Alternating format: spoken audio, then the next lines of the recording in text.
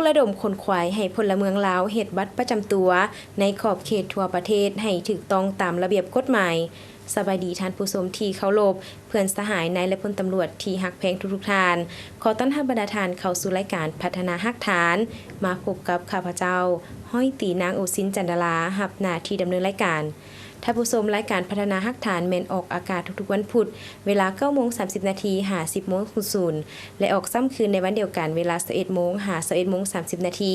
ทางสถานีโทรภาพป้องกันความสงบและมาพบพ่อกันในมื้อนี้จะให้บรรดาท่านไปรับชมข่าวและผลงานการเคลื่อนไหวของกลุ่มคุ้มครองสมนูครัวและก่อสร้างฮักฐานรายละเอียดเชิญบรรดาท่านติดตามรับชมในตอนเช้าของวันที่ 13 พฤษภาคม 2026 กลุ่มคุ้มครองสมนูครัวและก่อสร้างฮักฐานกระทรวงป้องกันความสงบได้เซ็นสัญญากับบริษัทสตาร์โทรคมจำกัดเกี่ยวกับการสนองทรงสายภายในโดยการเป็นประธานของพลจัตวาแกนจันทร์พรหมจักรคณะผักกระทรวงหัวหน้ากลุ่มคุ้มครองสมนูครัวและก่อสร้างฮักฐานมีทานจันทวิไสธรรมวงศ์ห้องอำนวยการใหญ่ฝ่ายเทคโนโลยีข้อมูลข่าวสารบริษัทสตาร์โทรคมจำกัดมีบรรดาคณะภาคกรมห้องการกรมศูนย์ข้อมูลพลเมืองและบัตรประจำตัวพร้อมด้วยพนักงานทั้งสองฝ่ายเข้าร่วมเป็นสักขีพยานการเซ็นสัญญาในครั้งนี้ก็เพื่อเฮ็ดให้การจัดตั้งปฏิบัติโครงการสร้างฐานข้อมูลพลเมืองลาวมีการเก็บข้อมูลและออกบัตรประจำตัวให้ประชาชนเป็นรูปแบบดิจิตอลตามทิศทางของรัฐบาลแห่งสปป.ลาวในการหันเป็นรัฐบาลดิจิตอลเศรษฐกิจดิจิตอลและสังคมดิจิตอลในนั้นยูนิเทลของทานก็ได้ประกอบส่วนให้บริการเซาสายทรงตั้งแต่ศูนย์กลางจนฮอดท้องถิ่น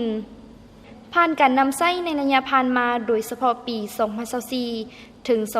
2025 ยังเห็นว่าบ่ทวงทันบ่ตอบสนองให้แก่การเฮ็ดเวียกทางด้านวิชาเฉพาะให้ว่องไวขึ้นจึงได้ยกระดับความไวของสายส่งขึ้นเติมอีกจาก 2 เมกะไบต์มาเป็น 5 เมกะไบต์ในจำนวน 166 จุดและศูนย์ข้อมูลหลักสำรอง DCDR ก็ได้ยกระดับความไวขึ้นเป็น 200 เมกะไบต์และให้มีสายส่งสำรองแบกอัพเติมอีกในต่อหน้าการร่วมมือระหว่างกลุ่มคุ้มครองสมนูครัวและก่อสร้างฮักฐานและบริษัทสตาร์โทรคมจำกัดก็ได้เพิ่มทวีขึ้นไปเรื่อยๆเป็นต้นแม่นการจัดส่งบัตรประจำตัวให้ประชาชนบรรดาทานก็มีส่วนร่วมในการจัดส่งถึงเฮือนประชาชนแล้วตอนท้ายก็ได้ลงนามเซ็นสัญญาระหว่างกลุ่มคุ้มครองสมนูครัวและก่อสร้างฮักฐานกับบริษัทสตาร์โทรคมจำกัดโดยท่านพันเอกขันทองศรีสุพรรณทองห้องกลุ่ม509และท่านจันทวิไสธรรมวงศ์พร้อมด้วยสักขีพยานทั้งสองฝ่ายเข้าร่วมในตอนบ่ายวันที่ 14 พฤษภาคม 2026 อยู่ที่ห้องประชุมชั้น 4 กลุ่มคุ้มครองสมนูครัวและก่อสร้างฮักฐานได้จัดพิธีมอบรับหัวหน้าห้องการกลุ่มคุ้มครองสมนูครัวและก่อสร้างฮักฐานที่ขึ้นระหว่างพันเอกศรีทัศน์คำมณีวงศ์ผู้เก่าและพันโทศรีพจันทร์มั่นสุริต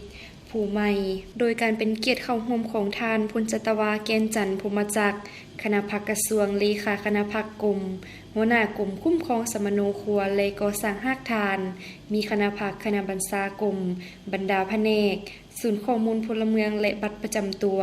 ตลอดฮอดพนักงานทั่วกลุ่มเข้าร่วมในพิธีท่านพันเอกศรีทัศน์คำมณีวงศ์หัวหน้าห้องการกรมผู้เก่าได้ยกให้เห็นผลสำเร็จจัดตั้งปฏิบัติหน้าที่ในระยะที่ผ่านมา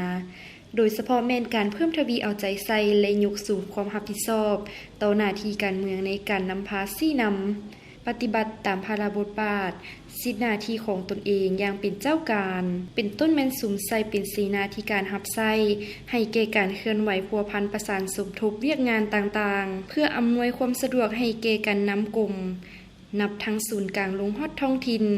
มีหน้าที่เข้าร่วมประชุมซองแสงสัมมนาปรึกษาและอื่นๆตามการมอบหมายของกลุ่มเพื่อเฮ็ดให้การจัดตั้งปฏิบัติเคลื่อนไหวเวียกงานวิชาเฉพาะและเวียกงานด้านต่างๆและให้ทวงทันกับความเรียกร้องต้องการของหน้าที่เวียกงาน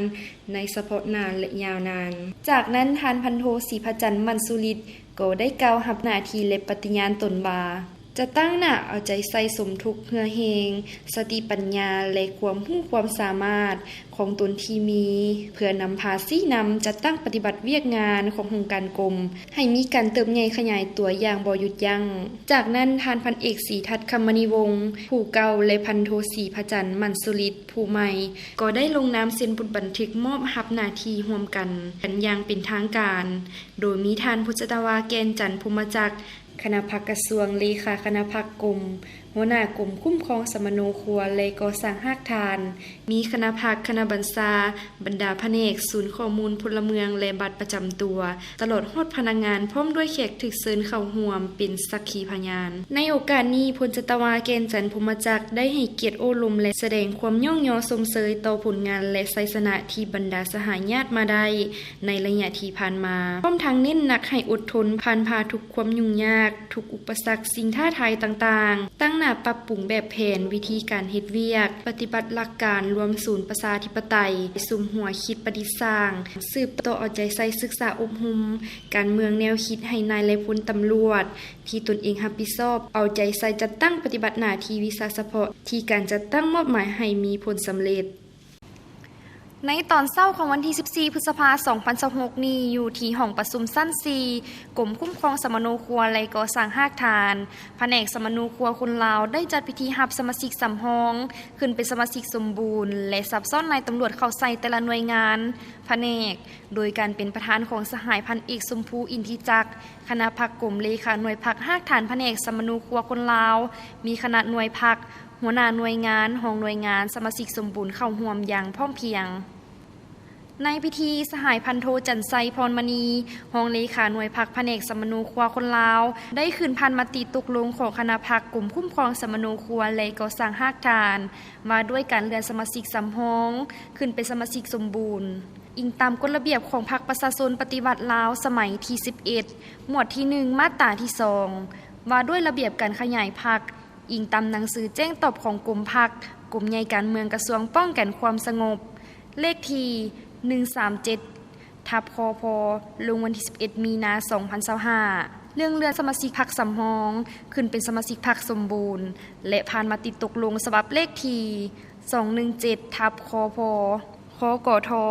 ลงวันที่ 13 พฤษภาคม 2026 ของคณะพรรคกลุ่มคุ้มครองสมโนครัวและก่อสร้างหากทาน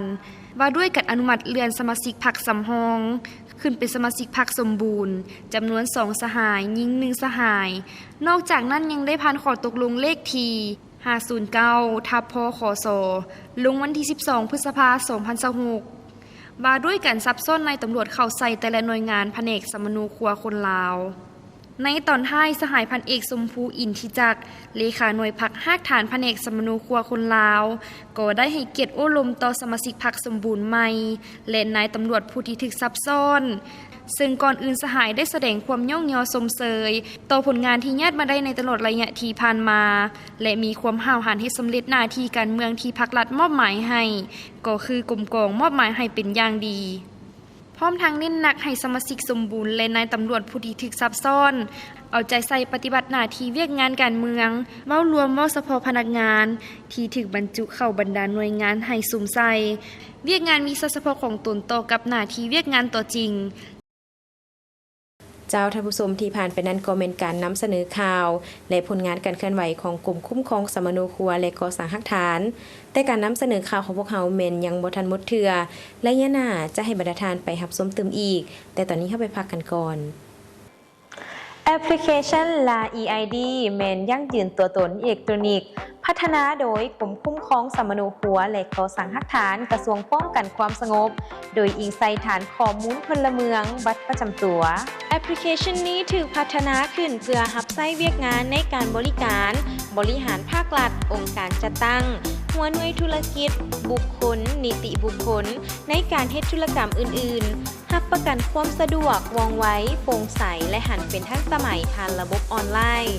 แอปพลิเคชัน LAEID ยั่งยืนตัวตนของพลเมืองในโลกดิจิตอลเป็นเอกสารอ้างอิงทางด้านกฎหมายและสามารถนำใช้เปลี่ยนแทนเอกสารแบบเจี้ยเซ็นบัตรประจำตัวอิเล็กทรอนิกส์ใบทะเบียนรถและใบขับขี่ บัตรประกันสังคมใบยั่งยืนการเกิดใบยั่งยืนการแต่งดองข้อมูลการลงทะเบียนที่พักเสาและอื่นๆสิ่งนี้สร้างพื้นฐานให้แก่การพัฒนาพลเมืองดิจิตอลรัฐบาลดิจิตอลและสังคมดิจิตอลของสปป.ลาวพลเมืองแต่ละคนหรือองค์การจัดตั้งจะถูกสนองตัวตนดิจิตอลเพียงหนึ่งเดียวโดยอิงใส่การยั่งยืนกับฐานข้อมูลพลเมืองและบัตรประจำตัวเพื่ออำนวยความสะดวกในการเข้าถึงการบริการของแอปพลิเคชัน LAH EID ท่านสามารถดำเนินการติดตั้งและลงทะเบียนตามขั้นตอนดังลุ่มนี้ท่านสามารถดาวน์โหลดแอปพลิเคชันได้ผ่านระบบปฏิบัติการ iOS และ Android สำหรับ iOS เข้าไปที่ App Store แล้วค้นหาคำว่า LAEID สำหรับ Android เข้าไปที่ Google Play Store แล้วค้นหาคำว่า LAEID กดปุ่มติดตั้งเพื่อเริ่มต้นการดาวน์โหลดลงในอุปกรณ์ของท่าน ขั้นตอนการลงทะเบียนนำไส้หลังจากการติดตั้งสำเร็จจากนั้นปฏิบัติตามขั้นตอนการสร้างบัญชีผู้ใช้ดังนี้เปิดแอปพลิเคชันเลือกเมนูลงทะเบียนใหม่ป้อนข้อมูลส่วนตัวตามที่ระบบกำหนดเช่นชื่อนามสกุลเบอร์โทรศัพท์หรืออีเมลสร้างรหัสผ่านใหม่เพื่อความปลอดภัยของบัญชีระบบจะส่งรหัส OTP ไปยังเบอร์โทรศัพท์หรืออีเมลที่ท่านลงทะเบียนกรุณาป้อนรหัสดังกล่าวเข้าในระบบเพื่อยืนยันข้อควรระวังเพื่อความปลอดภัยท่านควรรักษารหัสผ่านและรหัส OTP ของท่านไว้เป็นความลับสำเร็จการลงทะเบียนท่านสามารถเริ่มต้นนำใช้การบริการต่างๆได้ทันที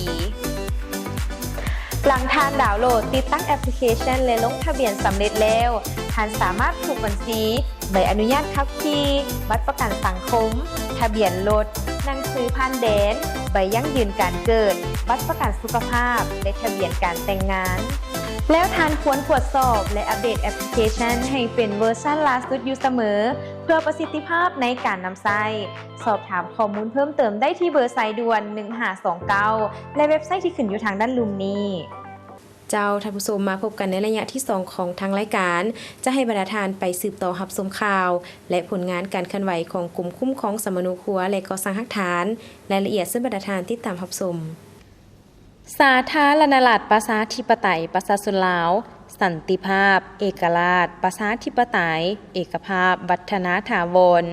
กระทรวงป้องกันความสงบกรมคุ้มครองสมนุครัวและก่อสร้างหลักฐาน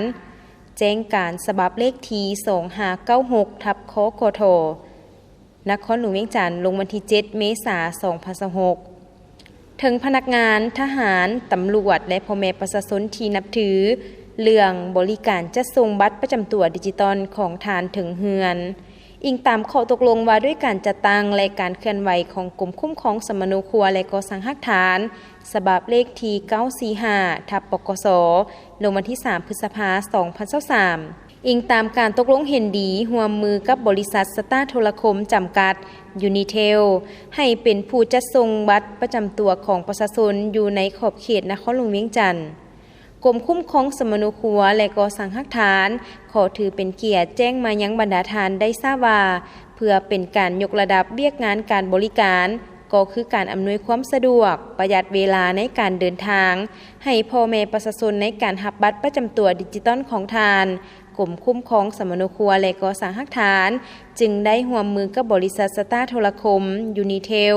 ในการให้บริการจัดส่งบัตรประจำตัวถึงเฮือนหรือถึงสถานที่ที่เจ้าของบัตรเป็นผู้กำหนดในขอบเขตนครหลวงเวียงจันทน์ละเอียดดังนี้ 1. ประชาชนผู้ที่มาเฮ็ดบัตรประจำตัวอยู่ที่กรมคุ้มครองสมนุครัวและก่อสร้างหลักฐานสามารถเลือกได้ตอนซื้อแบบฟอร์มบัตรประจำตัวว่าจะมารับเอาบัตรของทานเองอยู่กรมหรือจะใช้บริการให้จัดส่งถึงเฮือนภายในนครหลวงเวียงจันทน์ 2. สำหรับผู้ที่เลือกใช้บริการจัดส่งฮอดเฮือนให้ขายตามแบบฟอร์มได้กำหนดไว้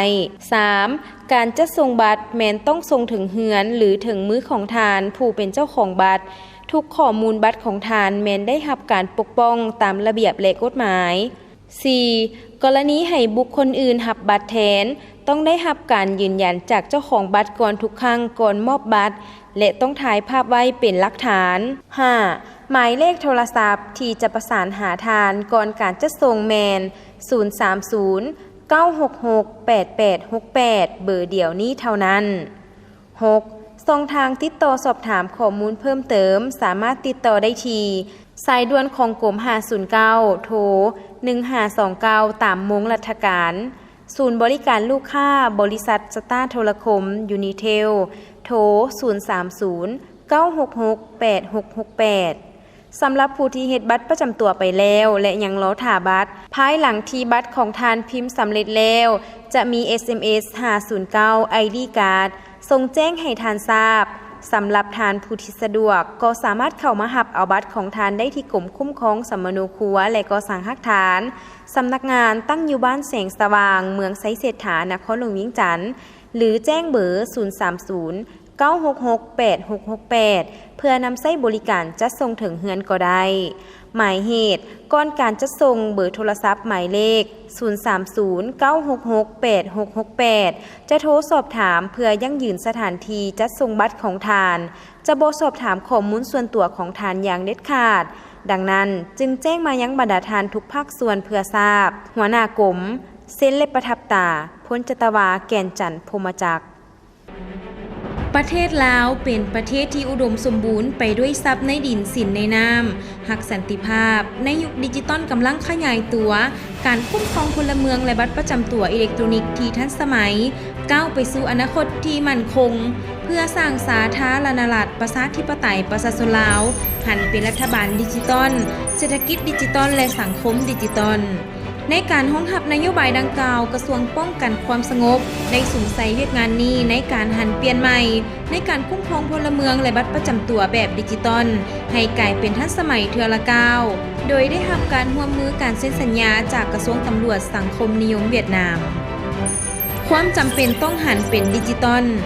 ในหลาย10 ปีผ่านมาการคุ้มครองสมนูครัวและบัตรประจำตัวอยู่สปป.ลาวคุ้มครองด้วยเอกสารและบันทึกแบบเจียสเห็นให้เวียกงานคุ้มครองรัฐคุ้มครองสังคมการบริการสาธารณะมีความซักซ่าการป้องกันอาชญากรรมเวียกงานแก้ไขปรากฏการณ์ย่อท่อของสังคมพบความยุ่งยากในระยะปี 1985 หาปี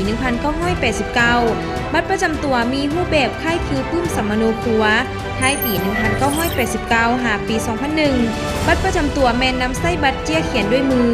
ทางด้านหลังประทับลายนิ้วมือปี 2002 ถึงปี 2014 ได้นำไส้บัตรพลาสติกสีขาวปี 2014 หาปี 2023 นำไส้บัตรพลาสติกสีเขียวแต่ยังบ่สามารถเชื่อมต่อข้อมูลกับภาคส่วนแขนงการอื่นได้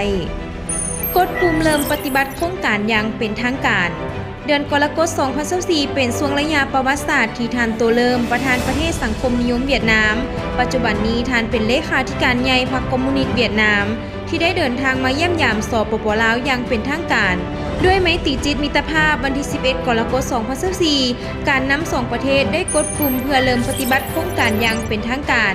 ในวาระดังกล่าวการนำกระทรวงป้องกันความสงบของ2ประเทศก็ได้ลงนามเซ็นบทบันทึกความเข้าใจเกี่ยวกับการสร้างและปฏิบัติโครงการสร้างฐานข้อมูลพลเมืองและบัตรประจำตัว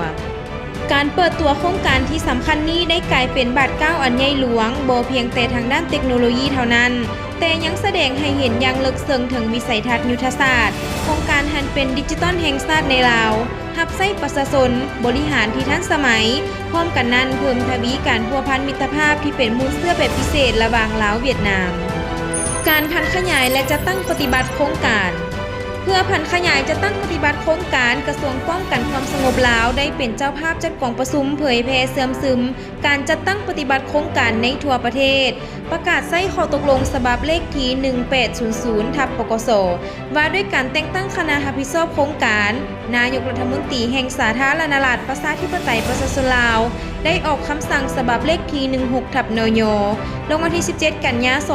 2024ในนั้นมอบให้กระทรวงป้องกันความสงบลาวเป็นเจ้าการประสานสมทบกับบรรดากระทรวงแขนงการที่เกี่ยวข้องเพื่อจะตั้งปฏิบัติให้มีประสิทธิผลสูง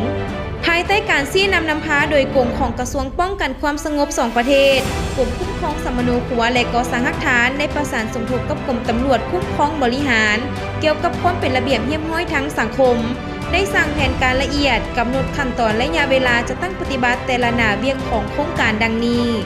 1. ได้ออกข้อตกลงแต่งตั้งคณะรับผิดชอบลงสุดยุ่สวยบรรดาปกส.ขันแขวงในขอบเขตทั่วประเทศโดยซุมใส่การโอนไทยสำเนาสัมมโนครัวเป็นเอกสารอิเล็กทรอนิกส์นับแต่เดือนตุลา2024หาเดือนมิถุนา2025สำเร็จสั่งรวมข้อมูลพลเมืองจากหลายแหล่งรวมทั้งการโอนไทยข้อมูลซึ่งสามารถสั่งรวมในเบื้องต้นแมน 6,391,220 คนในจำนวนพลเมือง 7,912,394 คนรวมอัตราส่วน 80.77% ในนี้ 4,879,526 คนครบเงื่อนไขกำหนดรหัสบุคคลในจำนวน 6,391,220 คนรวมเอา 76.34% การจัดตั้งปฏิบัติการโอนไทยสำเนาสัมมโนครัวเป็นเอกสารข้อมูลอิเล็กทรอนิกส์สามารถบรรลุได้มีดังนี้บรรดากองบัญชาการที่โอนไทยได้ 100% มีกองบัญชาการปกส.นครหลวงเวียงจันทน์กองบัญชาการปกส.แขวงไซสมบูรณ์กองบัญชาการปกส.แขวงคำมวนกองบัญชาการปกส.แขวงเวียงจันทน์กองบัญชาการปกส.แขวงสยามบุรีและกองบัญชาการปกส.แขวงจำปาสักบรรดากองบัญชาการที่โอนไทยได้ 60-80% มีกองบัญชาการปกส.แขวงเซกองกองบัญชาการปกส.แขวงเสียงขวงกองบัญชาการปกส.แขวงพงศาลีกองบัญชาการปกส.แขวงหลวงน้ำทากองบัญชาการปกส.แขวงหัวพันกองบัญชาการปกส.แขวงสะวรรณเขตกองบัญชาการปกส.แขวงสารวันกองบัญชาการปกส.แขวงบริคำไซและกองบัญชาการปกส.แขวงบ่อแก้วกองบัญชาการปกส.แขวงหลวงพระบางโอนไทยได้ 52.79% กองบัญชาการปกส.แขวงอุดมไซโอนไทยได้ 50.52%และกองบัญชาการปกส.แขวงอัตตปือโอนไทยได้ 40.42% การสร้างนิติกรรมรับใช้โครงการได้ค้นคว้าบรรดานิติกรรมรับใช้โครงการ24ฉบับได้รับอนุมัติจากรัฐบาลและกระทรวงป้องกันความสงบ15ฉบับบนรายงาน60กว่าฉบับส่วนที่เหลือแมนอยู่ในขั้นตอนพิจารณาแต่ละแผนการเพื่อรับใช้การจะตั้งปฏิบัติโครงการแต่ละระยะพื้นฐานโครงล่างก่อสร้างพื้นฐานโครงล่างของศูนย์ข้อมูลหลักและศูนย์ข้อมูลสำรองสำเร็จยกระดับความไวของสัญญาณอินเทอร์เน็ตขึ้นเป็น5 เมกะไบต์ทั่วประเทศติดตั้งซอฟต์แวร์การหันเป็นดิจิตอลเครื่องคอมพิวเตอร์ให้ปกส.ขันแขวงปกส.ขันเมืองในขอบเขตทั่วประเทศจำนวน444เครื่อง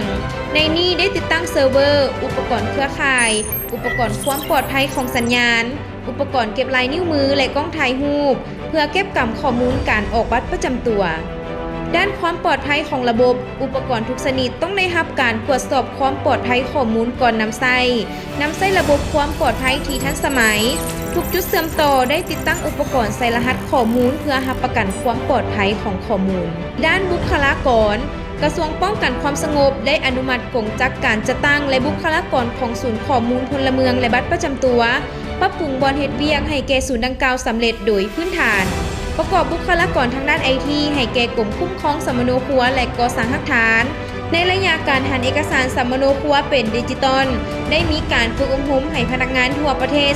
333สหายแต่งตั้งคณะรับผิดชอบจากกรมคุ้มครองสัมมโนครัวและก่อสร้างหลักฐานไปช่วยเหลือปกส.ขันแขวงปกส.ขันเมืองในการติดตั้งแนะนำซอฟต์แวร์เชื่อมต่อสัญญาณและหันเป็นดิจิตอลเอกสารสัมมโนครัวในขอบเขตทั่วประเทศได้มีการฝึกอบรมให้พนักงานกรมคุ้มครองสัมมโนครัวและก่อสร้างหลักฐานในการเก็บออกบัตรประจำตัวส่งพนักงานไปฝึกอบรมอยู่สังคมนิยมเวียดนามเกี่ยมพิมพ์บัตรประจำตัวดิจิตอลได้ผ่านขยายเก็บกำข้อมูลพลเมืองเพื่อออกบัตรประจำตัวและพิมพ์บัตรประจำตัวเบื้องต้น 1,000 บาทก่อนจะผ่านขยายในขอบเขตทั่วประเทศมาฮอดวันที่25กรกฎาคมห้องว่าการสำนักงานนายกรัฐมนตรีได้ออกแจ้งการฉบับเลขที่1304/หสนยตามที่ชี้นำเกี่ยวกับการกำหนดวันที่30กรกฎาคม2025เป็นมื้อเปิดพิธีและประกาศนำใช้บัตรประจำตัวดิจิตอลอย่างเป็นทางการในขอบเขตทั่วประเทศฉะนั้นกระทรวงป้องกันความสงบมีความจำเป็นในการพัฒนาบัตรประจำตัวพลเมืองลาวฝั่ง10แบบใหม่ทันสมัยเป็นบัตรดิจิตอลนำใช้ง่ายต่อการยั่งยืนตัวตนของพลเมืองบัตรประจำตัวพลเมืองลาวแบบดิจิตอลนี้ประกอบมีส่วนสำคัญต่างๆดังต่อไปนี้มีเลขรหัสบุคคลมี13ตัวเลขแมนการยั่งยืนตัวตนของพลเมืองออกให้พลเมืองแต่ละคนนับแต่มื้อเกิดจนฮอดมื้อเสียชีวิตและบ่ซ้ำกับคนอื่น สามารถเสริมต่อปรับปรุงแบ่งปันและค้นหาข้อมูลพลเมืองในฐานข้อมูลรับประกันความลับความปลอดภัยสูงสุดด้านหน้ามีรูปแบบเครื่องหมายชาติรูปธาตุหลวงรูปดอกจำปาและรูปแผนที่รวมมี8สีขนาดแผ่นบาทหลวงกว้าง 5.4 ซมหลวงยาว 8.5 ซมความหนา 0.85 ซมเนื้อในของบัตรประจำตัวด้านหน้าและด้านหลังกำหนดตัวอักษรภาษาลาวภาษาอังกฤษสามารถเก็บกำข้อมูลได้หลายขึ้นมีความปลอดภัยสูงเพื่อป้องกันการปลอมแปลงสามารถเชื่อมโยงแลกเปลี่ยนข้อมูลกับภาคส่วนต่างๆได้อย่างมีประสิทธิภาพเก็บกำข้อมูลชีววิทยาเช่นการสแกนนิ้วมือการจื้อจำใบหน้าหรือการสแกนม่านตาเพื่อยืนยันตัวตนสามารถเชื่อมโยงกับโทรศัพท์มือถือผ่านแอปพลิเคชันนำใช้บริการต่างๆได้ง่ายทางออนไลน์ประหยัดเวลางบประมาณและสะดวกให้แก่ผู้สมใช้จุดเด่นของแอปพลิเคชัน LAEID เป็นแอปพลิเคชันที่สร้างพื้นฐานในการระบุตัวตนของพลเมืองลาวหันเป็นดิจิตอลสนองการให้บริการทางเศรษฐกิจสังคมก้าวไปสู่สังคมดิจิตอลที่โปร่งใสและมีคุณภาพรับประกันข้อมูลถูกต้องครบถ้วนชัดเจนรับใช้เวียกงานคุ้มครองรัฐคุ้มครองสังคมสอดคล้องกับท่าเอียงการพัฒนาของภาคพื้นและสากลถือเอาพลเมืองเป็นใจกลางในการหันเป็นดิจิตอลสร้างเงื่อนไขอำนวยความสะดวกให้แก่ผู้สมใช้เข้าถึงได้ง่ายรับประกันความลับและสะดวกในการเคลื่อนไหวธุรกรรมทางด้านอิเล็กทรอนิกส์และสามารถตรวจสอบเชื่อมโยงทั่วประเทศมีคุณค่าใช้แทนเอกสารเจียแบบดั้งเดิมบริการสาธารณะออนไลน์ลายเซ็นดิจิตอลทางด้านสาธารณสุขธนาคารและอื่นๆพื้นฐานการพัฒนา LAEID โดยอิงใส่พื้นฐานแอปพลิเคชันจากฐานข้อมูลพลเมืองและบัตรประจำตัวลดผ่อนขั้นตอนการประกอบเอกสารหลีกเลี่ยงการปลอมแปลงเส้นทางแห่งอนาคตสาธารณรัฐประชาธิปไตยประชาชนลาวก็คือกระทรวงป้องกันความสงบมีความมุ่งมั่นปรารถนาและมีความตัดสินใจสูงต่อกับการนำใช้เทคโนโลยีที่ทันสมัยเข้ามารับใช้เวียกงานวิชาเฉพาะของกรมกองเพื่อให้ทันกับยุคสมัยในสายตาอันตื่นเต้นดีใจของประชาชนทุกๆข้อมูลส่วนบุคคลได้ถูกเก็บกำอย่างถูกต้องอยู่ในฐานข้อมูลแห่งชาติแต่ละมือแต่ละชั่วโมงระบบคุ้มครองพลเมืองและบัตรประจำตัวดิจิตอลค่อยๆกระจายไปทั่วทุกๆคนในทั่วประเทศบัตรน้อยๆ1 บาทแต่เป็นข้อกระแจสำคัญเพื่อไขประตูสู่การบริการภาครัฐและเอกชนแบบออนไลน์ในอนาคตเป็นขีดหมายแห่งการหันเปลี่ยนในการคุ้มครองรัฐคุ้มครองสังคมผลสำเร็จของโครงการสร้างฐานข้อมูลพลเมืองและบัตรประจำตัวได้กลายเป็นสัญลักษณ์แห่งบาท9บุกทะลุแม่นย้อนพักเฮาได้วางแนวทางเปลี่ยนแปลงใหม่ออกอย่างถูกต้องและทันการสอดคล้องกับสภาวะความเป็นจริงของประเทศชาติและความมุ่งมั่นปรารถนาของประชาชนทั้งสอดคล้องกับการหันเปลี่ยนของสภาพแวดล้อมสากลผลสำเร็จนั้นแม้นความตัดสินใจสูงของการนำกระทรวงป้องกันความสงบนับแต่ศูนย์กลางฮอดท้องถิ่นในขอบเขตทั่วประเทศและการร่วมมือของพนักงานนักรบที่ได้สุ่มเหือแหงเข้าในเวียกงานที่ภาครัฐมอบหมายให้แม้นการร่วมมือกันระหว่างสองชาติลาวเวียดนามร่วมกันสร้างอนาคตดิจิตอลที่มั่นคงโครงการสร้างฐานคุ้มครองข้อมูลพลเมืองและบัตรประจำตัวจะยังคงเป็นเส้นทางที่เต็มไปด้วยความยุ่งยากและท้าทายแต่เป็นความภาคภูมิใจที่จะนำเอาความผาสุกมาสู่ประชาชนของสาธารณรัฐประชาธิปไตยประชาชนลาวชาวเวียดนามเราหาแข่งกันแต่ดึกดำบรรพ์มานานพันปีวงดื่มน้ำของกองดองสามัคคีสองชาติที่เราเคยมีมูลเสือเจ้าท่านผู้ชมที่ผ่านไปทั้งหมดนั้นก็เป็นการนำเสนอข่าวและผลงานการเคลื่อนไหวตลอดระยะ1 อาทิตย์ผ่านมาของกลุ่มคุ้มครองสมนูครัวและก่อสร้างหลักฐานมาฮอดนี้เวลาทางรายการของพวกเฮาแม้นได้หมดลงเพียงเท่านี้ขอขอบใจบรรดาทานที่ให้เกียรติติดตามรับชมรายการของพวกเฮาแต่ต้นจนจบและทานสามารถรับชมได้ใหม่ในอาทิตย์หน้าวันและเวลาเดียวกันนี้ข้าพเจ้าห้อยตีนางโอซินจันดาลาพร้อมด้วยทีมงานต้องขอลาท่านผู้ชมไปก่อนสบายดี